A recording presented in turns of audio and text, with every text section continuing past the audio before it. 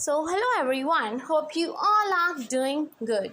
As we are doing our revision for the literary criticism exam, पहली जो 4 units हैं हमारी कंप्लीट हो चुकी हैं.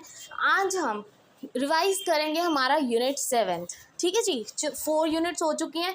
5th एंड 6th यूनिट वाले भी सेम है, वो हम एंड में करेंगे because they are least important. ठीक है, जो मोस्ट इंपॉर्टेंट वाले हैं उसकी रिवीजन मैं फटाफट से करवा रही हूँ क्योंकि उसके नोट्स मैं पहले ही अपलोड कर चुकी हूँ, तो आपके लिए बहुत इजी हो जाएगा क्योंकि नोट्स में तो आप पढ़ चुके हो. द थिंग इज, अब रिवीजन करोगे तो साइड बाय साइड वो नोट्स पढ़ लोगे तो आपका जो यूनिट्स है वो कंप्लीट हो जाएंगी.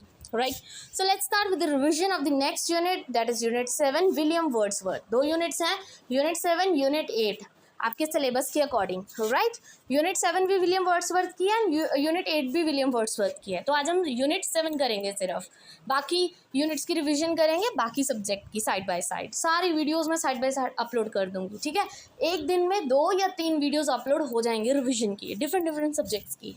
सो let's start. Preface to the lyrical ballad. तो हम सबको पता है preface to the lyrical ballad जो है वो एक पाइवटल डॉक्यूमेंट है in the history of English literature. वो डॉक्यूमेंट जो विलियम वर्ड्सवर्थ ने लिखा था. ठीक है जी, और ये सारा जो डॉक्यूमेंट है रोमांटिसिज्म पर बेस्ड था. Romanticism it's not about the candle light dinners and all. ठीक है, it's about the love for the nature, emotions, feelings. इन चीज़ को लेके रोमांटिसिज्म वर्ड यूज़ किया गया by the William Wordsworth.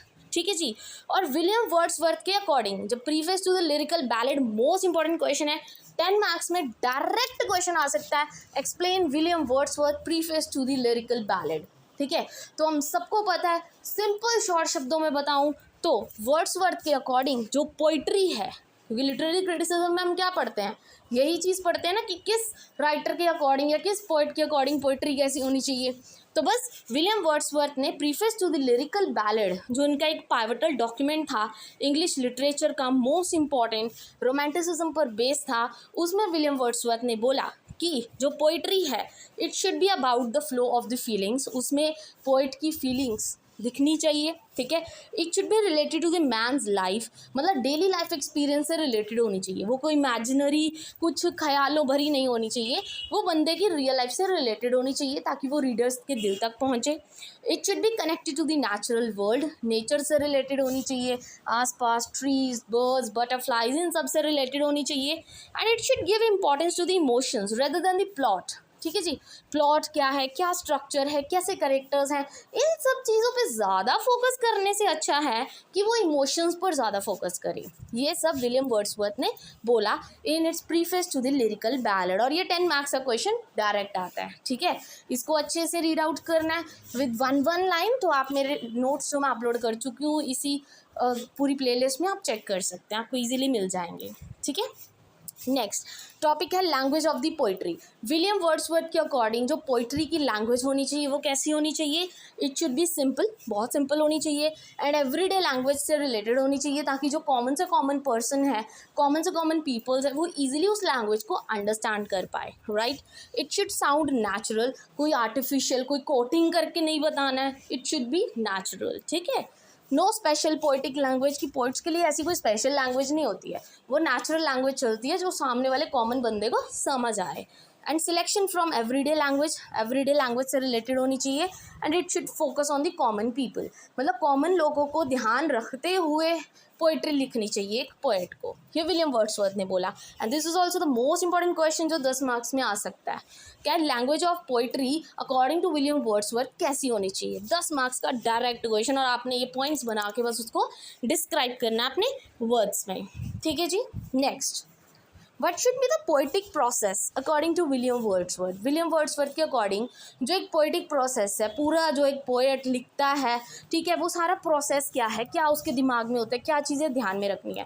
First is inspiration from the nature. कोई भी चीज़ है नेचर से इंस्पायर्ड होनी चाहिए, क्योंकि देखो उन्होंने रोमांटिसिज्म की बात की है, तो हर एक चीज़ नेचर से रिलेटेड, इमोशन से रिलेटेड, ऑब्जर्वेशन, एक्सपीरियंस से रिलेटेड होनी चाहिए. ठीक है, तो ये सारी चीज़ें, पूरा एक पोइटिक प्रोसेस है, इसको एक्सप्लेन करना है. फिर नेक्स्ट क्वेश्चन, ये भी मोस्ट इंपॉर्टेंट है, 10 मार्क्स में आ सकता है क्योंकि वर्ड्सवर्थ के क्वेश्चन, एरिस्टोटल के क्वेश्चन मोस्ट इंपॉर्टेंट है ये सारे टॉपिक्स.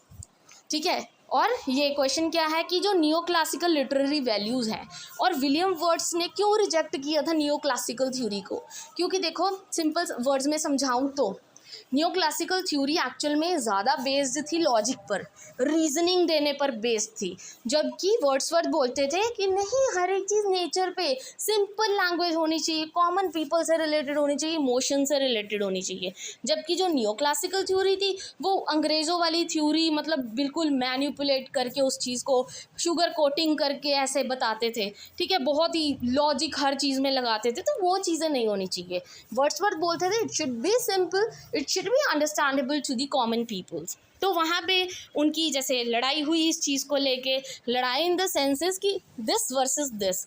तो न्यू क्लासिकल थ्योरी जो थी वो रीज़न पर बेस्ड थी, जबकि जो वर्ड्सवर्थ थे उनकी पोइट्री थी वो इमोशंस पर बेस्ड थी, ठीक है जी। एंड जो एलिवेटेड डिक्शन की बात करें, अब डिक्शन वर्ड कहाँ से आया? एरिस्टोटल पोएटिक्स आपने पढ़ी होगी, अगर आपने नहीं रिवाइज किया तो वहाँ पर डिक्शन वर्ड में अटक जाओगे। जैसे मैंने बताया था, ईथोस का मतलब क्या होता है, ठीक है, प्लॉट को स्ट्रक्चर भी बोलते हैं, ये चीज़ें ध्यान में रखने वाली हैं, ठीक है। डिक्शन होती है लैंग्वेज। तो न्यू क्लासिकल थ्योरी के अकॉर्डिंग वो पॉलिश्ड लैंग्वेज यूज़ करते थे, जबकि जो वर्ड्सवर्थ थे वो नेचुरल और सिंपल एवरीडे लैंग्वेज यूज़ करते थे। एंड स्ट्रक्चर जो है, फॉर्मल स्ट्रक्चर की जो न्यू क्लासिकल थ्योरी थी वो बहुत ही मतलब प्रॉपर सिक्वेंशियल ऑर्डर में चलती थी, जबकि जो वर्ड्सवर्थ थे वो कहते थे हर चीज़ इमोशन बेस्ड है, नेचुरल होनी चाहिए, ठीक है। एंड जो न्यू क्लासिकल थ्योरी थी वो ज़्यादातर सोसाइटी पे कमेंट कसती थी, जबकि जो वर्ड्सवर्थ की जो थ्योरी थी, उनका वे ऑफ राइटिंग था, उनकी पोइट्री थी, ज़्यादातर वो लव फॉर द नेचर पे बेस्ड थी, ठीक है। तो दिस वर्सेस दिस, ये सारे पॉइंट्स आपको क्लियर होने चाहिए, ये भी 10 मार्क्स में आ सकता है। And the last is response to the enlightenment and industrial revolution, कि जो विलियम वर्ड्सवर्थ है उन्होंने इंडस्ट्रियल रेवोल्यूशन पर कैसे रिएक्ट किया। उन्होंने रैशनलिज्म को रिजेक्ट कर दिया बिल्कुल ही कि इंडस्ट्रियलाइजेशन नहीं होनी चाहिए। देन वो नेचर को सेलिब्रेट करने में ज़्यादा, मतलब एक तरह से सोचते थे कि नेचर को सेलिब्रेट करना ज़्यादा ज़रूरी है as compare to industrial revolution. And वो ज़्यादा इमोशंस पर इम्फोसाइज करते थे, इमोशंस को इम्पोर्टेंस देते थे, इसलिए वो इंडस्ट्रियल रेवोल्यूशंस के अगेंस्ट थे, ठीक है जी। So this is all about today, this is the quick revision of a unit 7 William Wordsworth of literary criticism. Hope this video is useful for you, video अच्छी लगी हो, इन्फॉर्मेटिव हो, quick revision है इसलिए मैंने फटाफट हिंदी में समझाती हूँ, आपको सारे टॉपिक्स क्लियर करवा दिए इस यूनिट के। वीडियो अच्छी लगी हो, इन्फॉर्मेटिव हो, then please don't forget to like and subscribe my channel. Thank you very much.